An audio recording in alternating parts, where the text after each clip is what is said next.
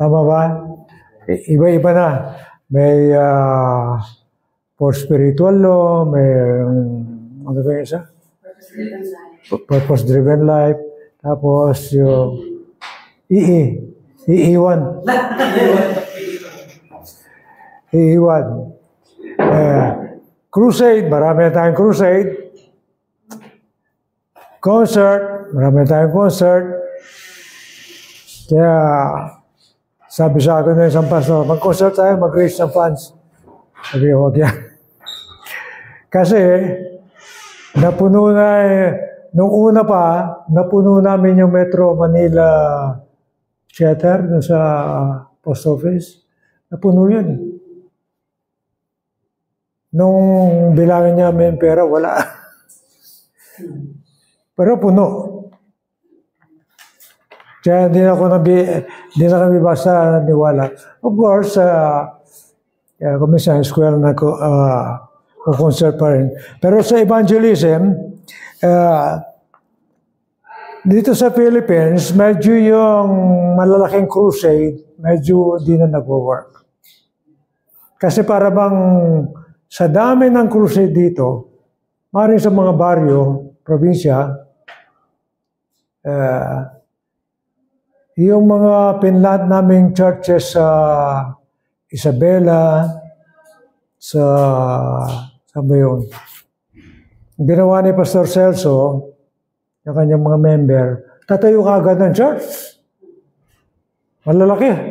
Good for 200 church, 200. Doon ang crusade namin. Tapos may pastor ka agad. Nag-work yun.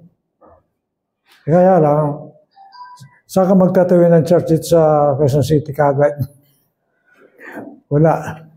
Pero doon, nasyak nga ako, gumagastos yung mga member niya. Sa Amerika naman kasi pera nila. So, nag-work.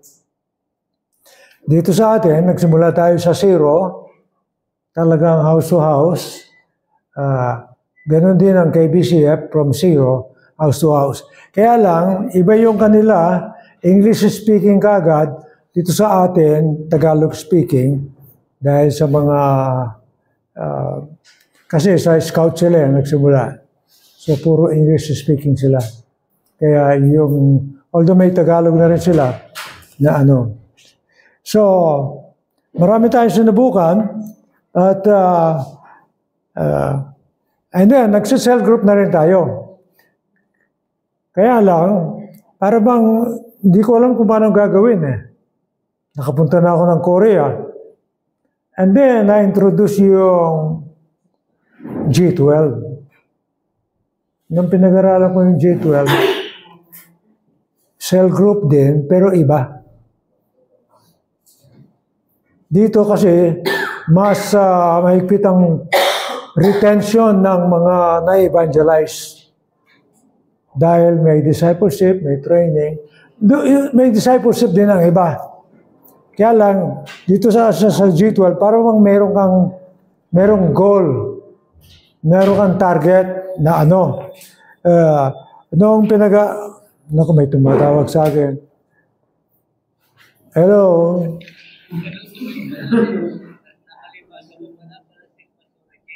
Okay. So, tuloy Oo, right. 10. Oo. 9 or 9:30. Oo. Okay.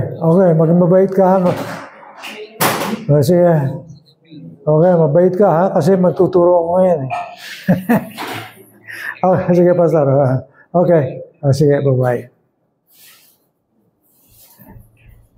Wow. Pinaliwanag ko ata sa inyo, bakit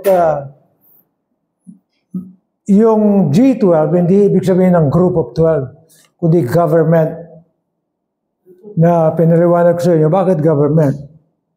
Kasi, the Lord governs the day with 12 hours.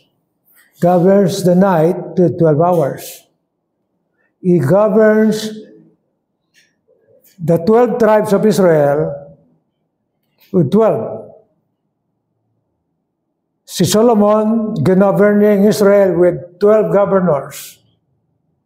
Tapos, si Jesus, 12 disciples din. Nung iniabilin yung world evangelism, hindi doon sa 5,000 na multitude, hindi sa 4,000, hindi sa dami. Doon lang sa 12. Doon, 80% ng kanyang ministry nakapokus sa 12. Na ano? Of course, merong nagudas. Pero nagsimula rin sa isa. Tapos yung isa, dinala ni si Andrew, dinala niya yung brother niya, si Peter. Then, si Peter, dinala yung iba. Kaya isa-isa. Hanggang, sabi ng Bible, when Jesus was praying all night, then, sa kanyang maraming mga disciples, pumili lang siyang 12. It does not mean hindi rin disciples yung iba. Disciples din yung isa. Kaya lang, noong sa Matthew 28, itinagubili ng world evangelism sa 12. Nung tinanong si Dr. Billy Graham, for example, if you are a pastor, what will you do? I will only choose a few men.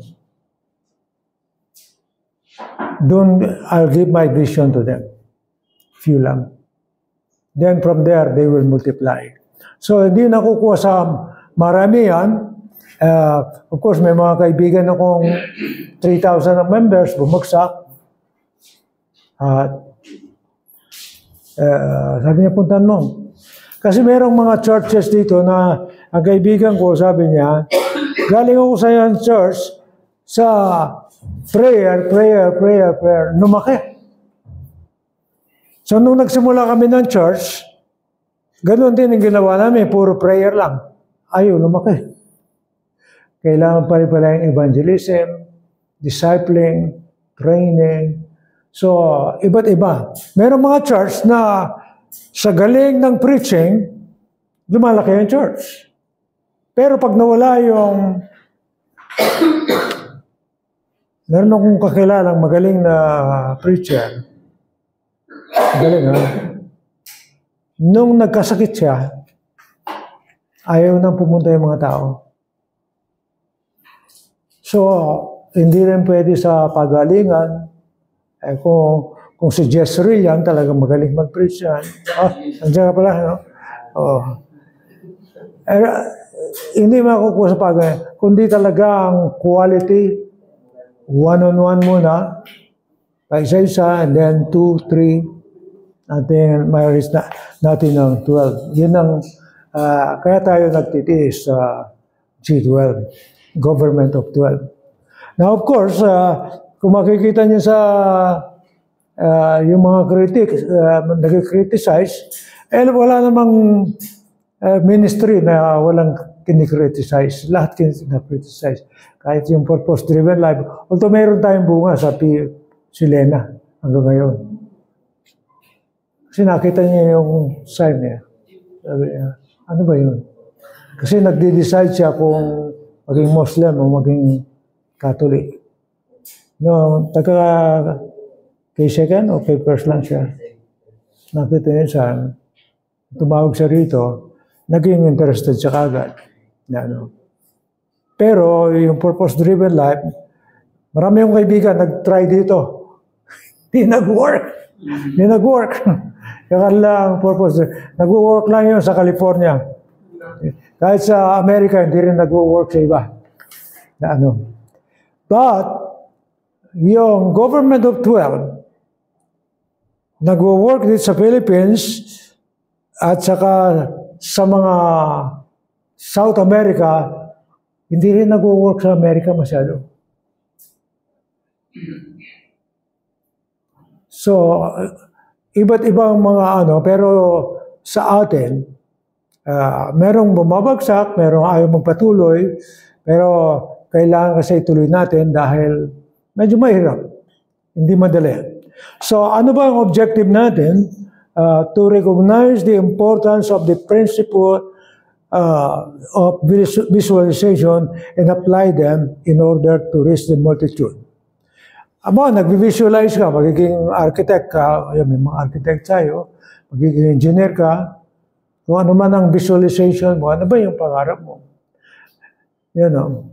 For example, ako, sa mga visualization ko, we are a growing church. Nag-aaral pa lang ako ng Bible school at that time.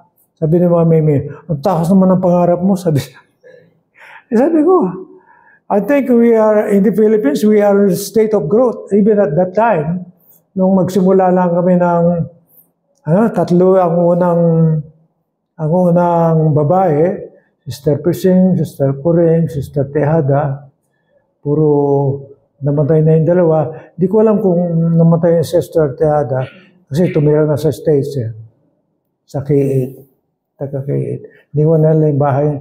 Ewan ko kung nabenta. But it started with 3 people. Pero, it started with 0. Kasi nung dumadaan ako rito, nagmumotor ako from Bible school, sabi ko, ano kayang pangalan ng lugar? Hindi ko alam ang pangalan ng Kamuning. Nung nagpunta ako sa Kamuning, saan tayo pupunta? Sabi ni Mami, diyan, anong pangalan? Hindi ko alam . So, Kamuning pala. So, bakit Kamuning ang pangalan? Yung unang church service ng Catholic, nag-bloom yung Kamuning plant tree. At nagbo-bloom na puro white ang flower. Tapos, after ng service nila, sumigaw ang mga tao. Kasi tawag nila rito ay, ano ba yun? Yung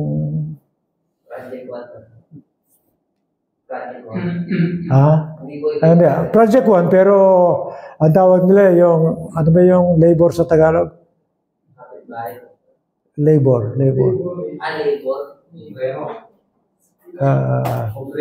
Obrero. Ayaw nila yung word na obrero. Tapos, sabay-sabay daw silang, kasi binasa ko yun sa City Hall, sabay-sabay nilang sumigaw nung nakita yung mga bulaklak. Kamuning. So, dinawag na Kamuning. Although at that time, Kamuning sakop ng Diliman. Bakit Diliman? Kasi punong-puno ng puno rito, madilim daw. Madilim, puno yung, kaya lang pinagpuputay na ng mga, sino ba nagputol ng puno? Pinagpuputol. Okay, gusto nating magkaroon tayong visualization, yung pangarap, panaginip, pangitain sa isang bahay. Tayong lahat mayroong visualization. Mga dalaga, nag-visualize sila, may asawa, 12 anak.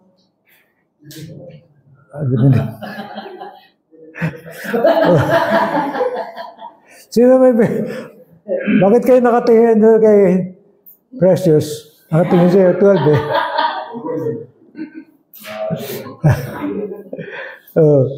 So, ang iba naman, basta makapag-asawa. Well, very dangerous yun. Dapat meron kang listaan ng qualification. Sa atin, ang ating visualization is 12. For example, nag-visualize ako noon ng yung sasakyan na ginagamit natin, yung Super Gandria na van. Sabi ko, Lord, si Mami medyo titikol-tikol. Gusto ko na gano'n. Wala pa sa atin, yung isang member natin, binigay. Yan si, ano ang pangalan na? Si June. Binigay lang sa atin yan. Okay. So, in other words, mag-visualize ka rin. Of course, karamihan ng mga sa mga material things, visualization, sa akin, puro sasakyan. Nag-visualize ko yung isang Dodge Ram. Sabi ko, pagdating ko sa States, yun ang gusto ko. Pati kulay blue. Wala pa sa atin, nag-invite sa akin doon. Punta kami sa car store. Sinuro sa akin yung blue na yan, gusto mo? Sabi ko, nangyari na cash. Ewan ko kung anong visualize ninyo. Sa atin, sa visualization natin, soul winning.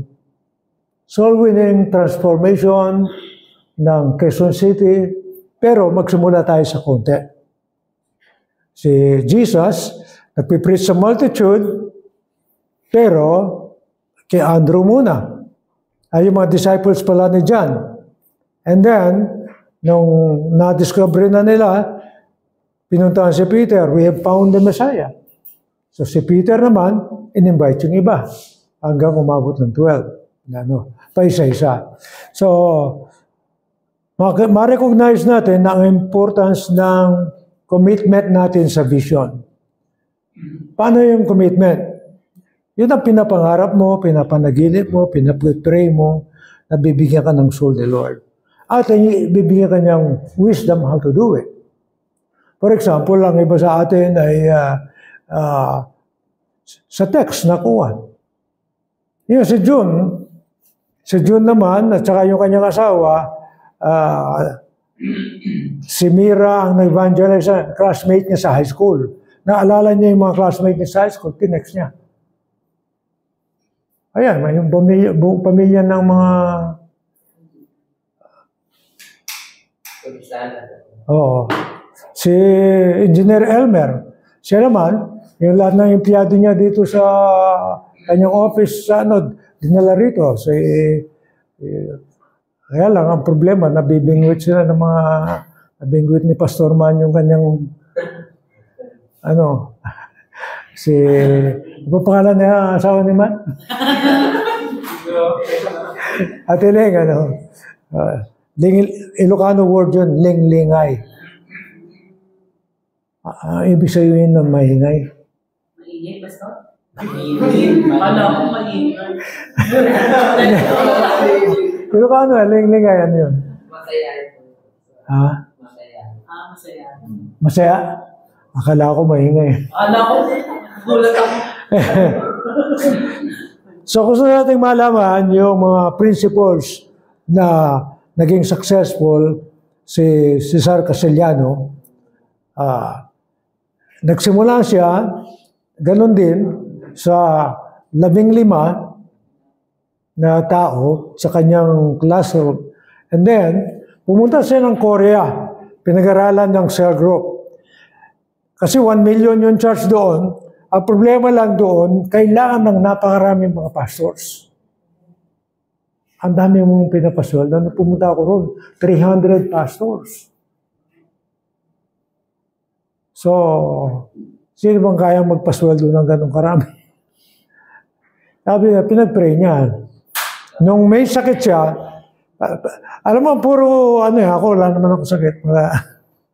May sakit si Dr. Cho, sabi niya, nung na-heart attack siya, habang nagpipreach siya, sabi ni Lord, ano bang ginawa ni Moses? Si Moses, nag-appoint siya ng mga leaders. Ikaw, ginagawa mo lahat. Ikaw ang song leader, ikaw ang preacher, ikaw ang evangelize. Kasi yung mga Koreano, marunong din silang mag-song leader, mga lalaki. Ako lang marunong makinig. Pero sila marunong Sabi si Moses, nag-appoint. Men of integrity, men of wisdom, men of honesty. Yung hindi lang spiritual qualification, kundi merong moral qualification. Nagpunta sa ron, sabi niya, di yata nag-work sa Colombia. Yung cell group, pero sabi niya, kasi ang mga Koreano, dictator sila. Pag sinabi mong, punta ka rito, punta ka agad. Hindi nagko-question ng leader. Doon, nakapunta ako doon pagdating ng kotse ng pastor, nag-aagawan sila sa pagbukas yung mga elder. Dito hindi. Dito kasi, ang ibang mga church natin, pag may kotse na, nasa beach na pagkalinggo. Tama ba yan? Nasa beach na. So, para sa atin, G12 Vision, ang tool na binigay sa atin ng Panginoon. So, number 1, yung visualization of the growth of your ministry. Doon sa Genesis chapter 15, dinala ng Panginoon si Abraham sa labas. At nakita niya, pinakita, look at the stars of heaven. Your descendants will be that many. At that time, may asawa si Abraham, matagal nang may asawa, wala pang anak. Pero sabi niya, your descendants, ang mga lahi mo ay kasing dami ng stars sa impapawid. Siguro, in his heart, nagko-question na siya, Lord, tagal ko na may asawa. Matanda na kami, mga 50 years old na yata, o 60 years old at that time. Hindi ko alam ang birth certificate niya na ano. Wala pa. Pero sabi ng Bible, ano ito ba sana? Then he said to him, so shall your offspring be. Abraham believed the Lord and he called it to him as righteousness. Pagka pala tayo nanampalataya sa Panginoon, tayo'y nagiging matuwid sa kanyang paningin. He counted him as righteous. Pagka kulang tayong tiwala sa Panginoon, unrighteous yun. Hindi tama, mali. So now, actually, pinalitan na ng Panginoon ng kanyang pangalan. From now on, your name is no longer Abram. Ibig sabihin kasi ng Abram, exalted father. Pero paging na Abraham, father of many nations. Ang ibig sabihin, hindi lang yung anak niya galing sa kanyang sinapupunan, kundi many nations. Ibig sabihin, tayo, ibang bansa ang Philippines. Ibang bansa ang Korea, ibang bansa ang Amerika. So many nations. Kasama tayo sa kanyang prophetic word from the Lord. Many nations. Hallelujah. Amen? So, tayo ngayon, ang iba sa inyo, wala pa kayong cell group. Sino pa may cell group na? Alright? Ang iba, may isa o dalawa. Iba, ano. But, you have to begin dreaming and believing the Lord. Kasi, nung akong bago kay Lord, nagpipray ako ng souls. Pero pagka nagpipray ako, evangelize ako agad. For example, noong first week ng aking pagtanggap kay Lord, umuwi na ako ng probinsya, sila ang una kong nauna, yung aking pamilya. Preach ako agad. Ano bang message ko? Yung nangyari lang sa akin. Hindi man ako marunong mag-preach. Nangyari lang sa akin kung paano ako pinatawad ni Lord. Nagbago ang buhay ko. First week yun. Kaya napakarami ngayon na sa ministry. Meron nga akong pamangkin ngayon. Aalis yata this month. Magiging missionary sila sa Japan. Anak ni Pastor Vir. Tapos yung panganay niya, Pastor din. Dalawang anak niya, pareho sila nasa ministry. Tapos yung pamangkin ko na pinsan nila, ano ba pangalan? Yung pumupunta rito, anak ni Kuya Lito. Dito na Sunday si Lito, di ba? Si Philip. Nagpapastor na rin. Dami, no? Tapos yung anak ni Edwin, nasa street ministry, sa mga drug addict, mga prostitute. Pero mahirap ng ministry. Minsan daw, nagsusuka daw dadalhin sa bus o sa car, susuka raw. Mahirap ng ministry. Minsan may mga knives sila. Nakatakot. Sa Canada yun.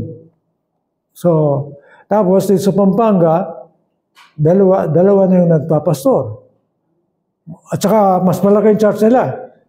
Mga 500 na. Pampanga, San Fernando. Pamangkin ko yun. Praise God for that. G12 din sila. Yung mga churches sa Pampanga, malalaki. Malalaki na. Na ang sabi ni Pastor Bear, yung iniwan niya yung church, yung mga naghahatid sa kanya sa tricycle, puro man naka-SUV na. Mga primary 12 na, pero pag nagsisimba, naka-SUV na. Na pinagpala sila. Kasi mga 1,000 members, si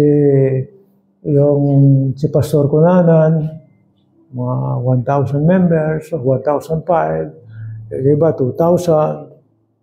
Ang lalaki, no? Hindi ko alam bakit malakas sila magbigay ng ng offering. Yung nag-pioneer sa Porac, Pampanga, kasi ang unang tinatanong yung prayer meeting. Sabi raw nung ni-invite mag-pastor yung isa sa 12, binibiro mo doon sa area na desierto, nakapagpatayo sila ng church. Sila lang. Wow. Amen? Magagawa natin yun. By faith. Amen? So mag-visualize tayo ng growth. Everybody say, I have a growing ministry. I have a growing ministry. Amen? Amen. Don't believe in none. Always start with the dream, maybe one. So kami ni Mamemi, 3. That time, palipat-lipat tayo ng church. Nung nirent ito, sinihan ito eh. Nung nirent ito, ay yung mga nagsisimba, umiihi sa sahig. Bakit? Ayaw pumunta sa CR. Kasi yung CR pala, inuupahan ng mga bakla. 20 pesos per person na kanilang nagkaroon ng immoral relationship. Pinasara ito ni Mayor Simon eh. Because of that. Pinasara. Kaya, amazing. So, we live in miracle. Amen? Hindi pa tayo tatapos sa miracle. Amen? Number 2, paint the picture of blessing in your mind. Na talagang pinagpapala ka. Na sabi niya ng Hebrews 11:1, now faith is being sure of what we hope for and certain of what we do not see. Amen? So, nung tinanong ako ng American Evangelist, are you buying this movie house? I said, no. Nagkaroon akong problema. 3 women din. Problema yung mga babae at sabi sa akin na Sister Person, Pastor, ang pinagpipray namin, mabili natin yung sinihan. Sabi ko, kaya ako magka-problema sa inyo. Wala tayong pera, yan pa yung pinag-pray nyo. Kasi ang offering, magkano yung offering? 4,000 a month yata. Yun ang offering naman. Doon sa Boy Scout. 4,000 lang. Kasi ang rent noon, 300 lang a month. Yung Boy Scout. Kasi mula sa K7, sabi ko, lumipat tayo. Di tayo lalago rito. Pastor, wala tayong pera. Sabi ko, bahala si Lord. Tapos, nung lumipat ang KBCF, nabili nila yung Jamboree, kasi nung 300 na sila, may pera na sila, nabili yun, pinagawa yung sabi sa akin ng mga deacons, saan tayo kung pera, Pastor? Bahala si Lord. Tapos, kinuwento ko na, lilipat. Pinunta ko na kagad yung Boy Scout. Sabi ko, magkano yan? Sabi niya, 300. Tapos sabi nung hipag ko, Kuya, balita ko, lilipat kayo. Oo, lilipat ka. Magkano? 300 a month. Akin yung 1 year, sabi niya. Oops. 1 year na. Tapos meron akong American Evangelist din. I heard you are moving. Yes. How much? 300 a month. 1 year for me. Taka 2 years na. So you have to move by faith. Amen? Ito nga, itong building natin, pagka walang pera, pupunta ko sa Mrs. Cruz, dalawa yung mga men. Ano, bakit ka pupuntahan? Pag-pray po namin kayo, may sakit kayo eh. Tapos, after ng prayer, tuwan-tuwa siya kasi marami siyang mga kamag-anak doon, Santa Maria, San Jose, sa loob ng kwarto niya. After ng prayer, Ate Rhea, Ma'am, by the way, yung katapusan pala, wala pa kaming pera. Ay, pagmayaman eh. Huwag kang mag-alala sa payment. Praise the Lord. Kaya yung 2 years contract natin, mabot ng 5 years. Nung nabayaran na, namatay siya.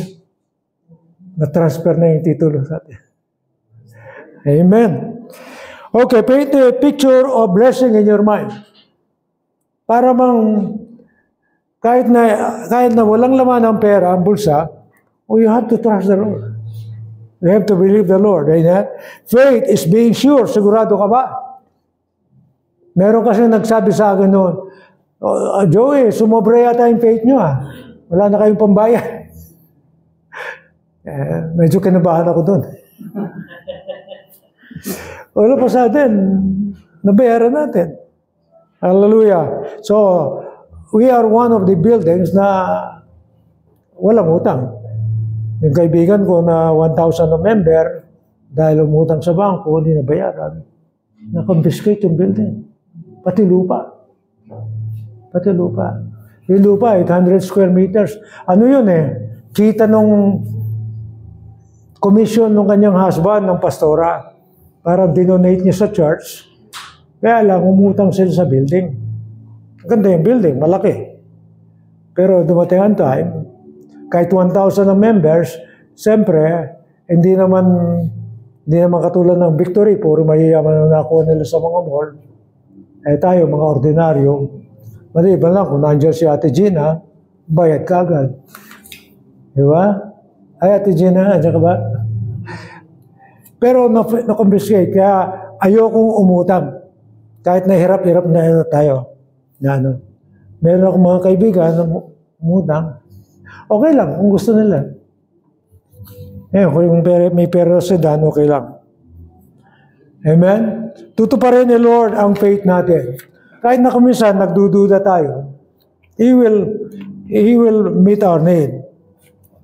And then, number 4, decide to be the best cell leader. Ano ba yung mga strategy to be the best cell leader? Number 1, yung ating devotional life. Daily yan. Number 2, yung prayer life natin. Talagang sinusulat yung devotion. Prayer life, believe in God. Iyakin mo sa Panginoon ng mga kaluluwa.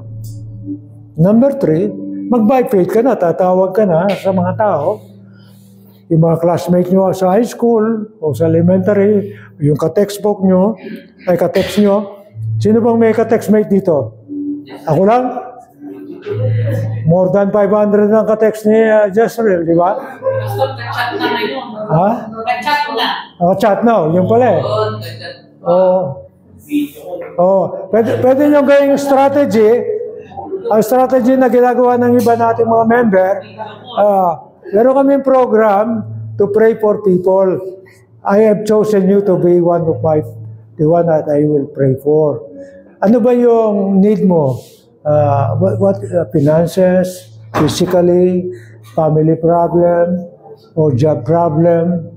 Ano ba yung pwede mong ipag-pray? I will pray for you for 1 month, for example, or 2 weeks. Yun lang, ipag-pray mo lang. Wala mo ng evangelism, prayer lang. Then after mga 1 week or 2 weeks, kumusta na yung pinag-pray ko sa'yo, Mr. Eisenhower, Dwight? Nanggap ka na ba sa trabaho? Pumapasa ka ba sa bumabagsak mo dahil ayaw mo mag-aral? Di ba? So, i-check mo kung answer na yung prayer. Di ba?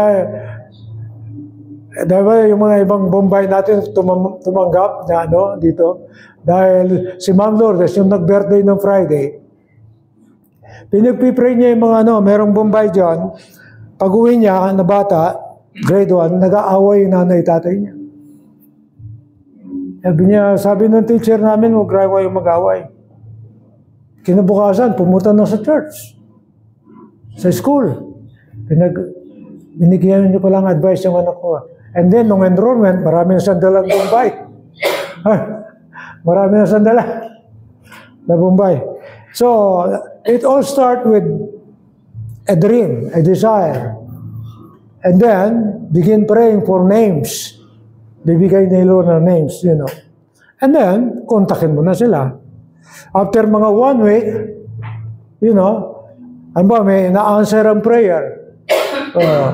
Meron tayong occasion. O kaya, birthday mo.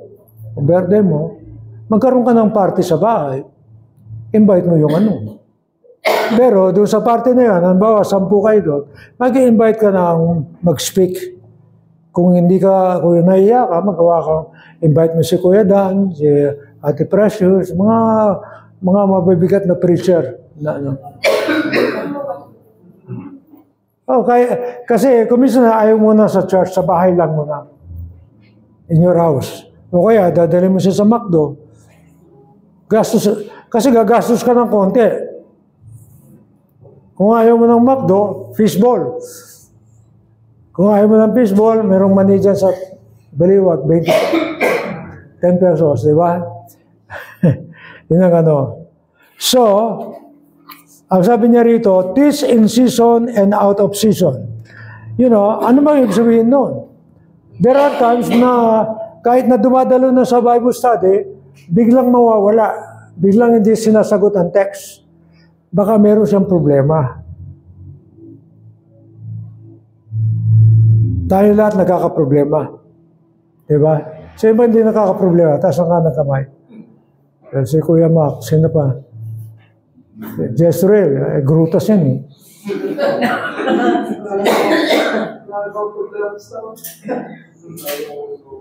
Tumatanggap lang yan sa Saudi eh. Kaya hindi na nagpipray eh. Hindi na nagpipray yan eh. Nagpipray ka ba? Hindi na. Hinihintay mo na yung text. Kunin mo yung Gcash.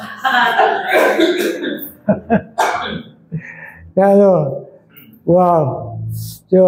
So, nagkakaroon problema. Maaaring problema sa asawa o sa pag-aaral o kaya may bumagsak na subject.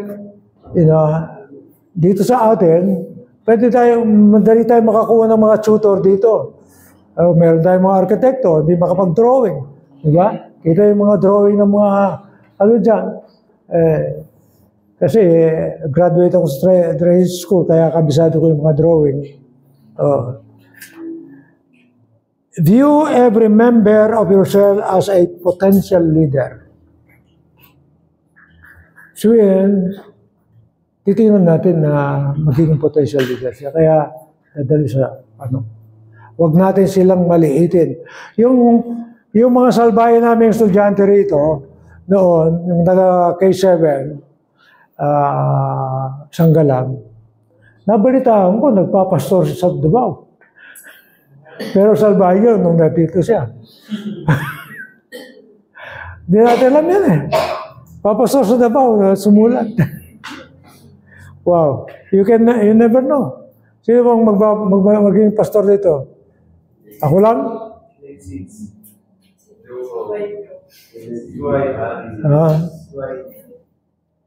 Sino? Si Yumi?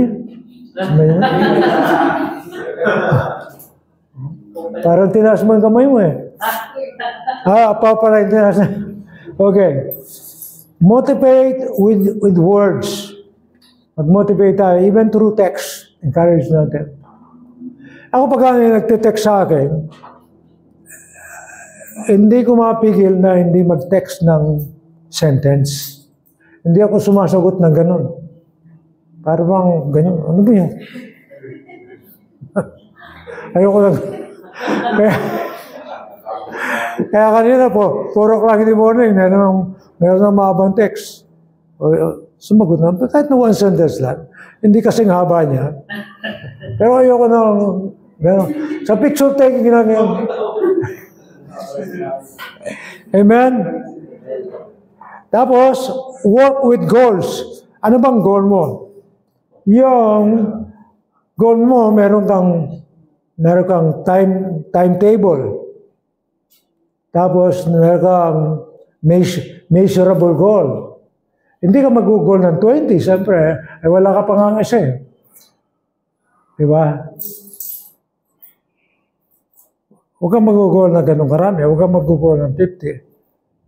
Goal ka muna, start ka muna sa 3, 1, 2, 3, and then hanggang 12. Ang 12, medyo mahirap na. Kasi sino ba nag-aaral ng management? Yan si Kuya, sa management, ang manageable people lang ay maximum 15, 10 to 15 lang. Yun ang discovery ng mga manager. Kaya sa Philippines, napakaraming church na hanggang 10, 15 lang member on and off. Kasi, yun lang ang kaya i-manage. Si Jesus, yun lang kaya niyang manage, 12. Sa 12 naman, nagkaudas pa siya. No, sa 12 nga, nag-away na kaagad si Peter, James and John. Kasi si James and John, kinausap ang nanay, Nay, kausapin mo si Jesus na pagdating sa kanyang kingdom, dito ako sa kaliwa, si James sa kanan.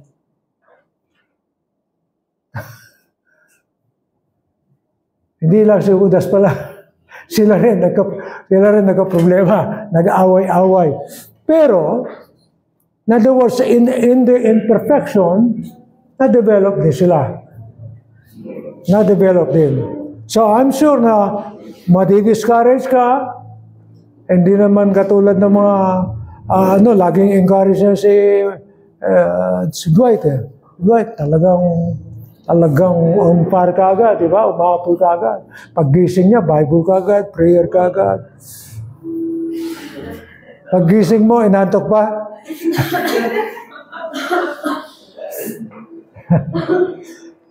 But, isama natin sila goal setting kahit na dalawa lang kayo, for example. Bro, may 9 goal. Ang goal natin, isa sa akin, isa rin sa'yo. Di 4 na yun. Kasi kung halimbawa, yung goal ninyo, goal natin dito, within, February, March na, no? So, say hanggang June. Kung titigisa lang ang goal, tigisa lang. Of course, sapat more than 1. Ilan tayo rito? 5, 10, 14, 15. By June, kung meron tayong makuha ang tigi-tigisa, meron tayong dagdag na 15. Isa lang. Kaya ba nating isa? Hindi. Ang ibig sabihin nun, lalabas tayo doon sa ating, yung comfort zone. Hindi ka lang pwede sa bahay ka lang. For example, kung merong construction, itong construction sa amin, lumabas ako agad, nakapagkilala ko sa mga karpintero.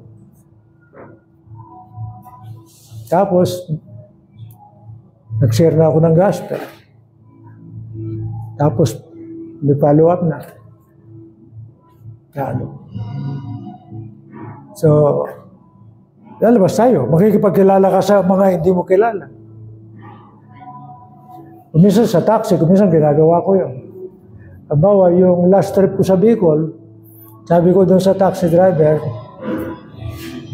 bago ako bumaba, magpipray tayo at tatanggap ko kay Lord. Ano po, tatanggap.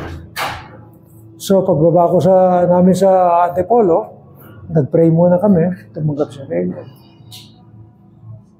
Kailangan meron tayong, you have more authority. Huwag kang matakot sa attorney, sa doktor, kahit na ano ang posisyon nila, kahit na mataas ang katungkulan nila, hindi natin sila kinatatakutan. Kaya ikaw ngayon ang expert. Sila hindi. Minsan may nakatabi ako ng judge. Sabi ko, I am Pastor Joey, and who are you? I am Judge. Sa birthday naman yon, sa birthday party. I am Judge so-and-so.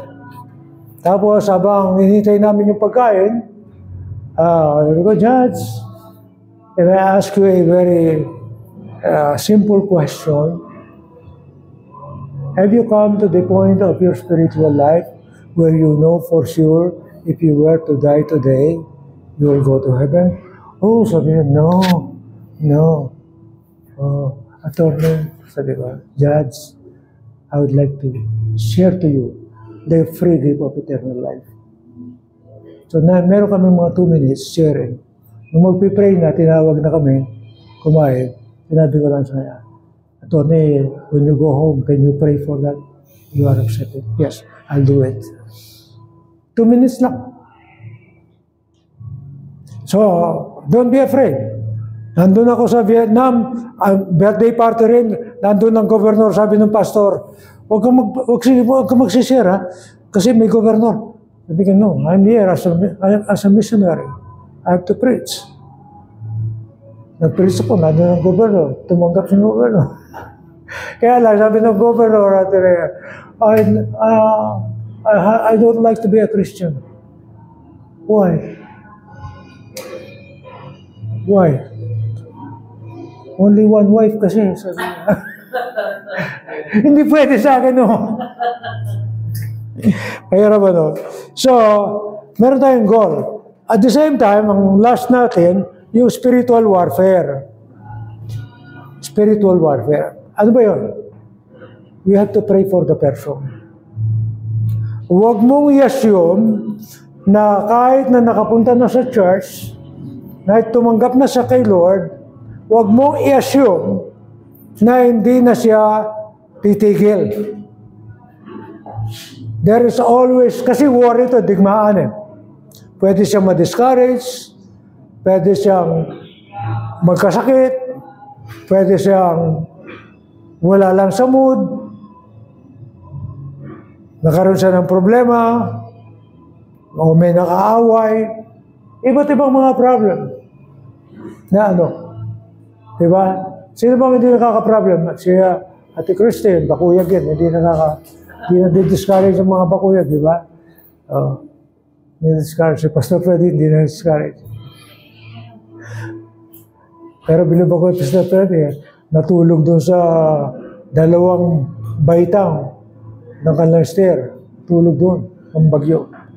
And so, do spiritual warfare.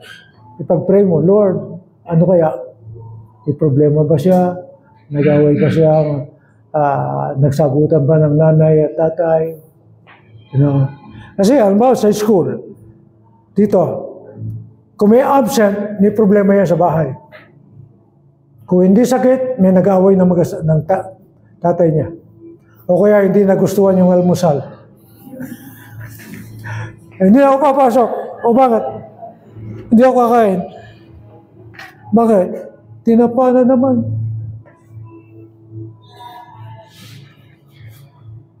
Tapsilog na naman. So, mag-visualize tayo. Vision, ingin natin kay Lord na vision of 12, but start with 1, 2. Yan ang suggestion ko sa inyo. Within these few months, pray for 1. And pinaka-safe, pray for 2 or 3. And then, out of the 3, minimum, isa ang madadala mo sa church. Hindi ka lahati, ha? Ano na yun? Naswag na yun. Naswag na yun. Amen. Kasi meron kami na lang estudyante sa Masbate, Oyapong eh. Akita niya yung aswang sa babaw ng coconut tree. Sabi niya, Pastor, ano yan? Pagtingin ko, wala na. Sabi ko, Pastor Rory, alam mo yung sinasabi niya? Aswang yun. Alasan ko ng hapon, meron ng aswang. Wow, tayo lahat ay tumayo. Magpasalamat tayo kay Lord. Hingin natin kay Lord na itong vision ay matupad sa atin. Amen? Amen? Ikaw nga, Kuya Epong, mag-pray.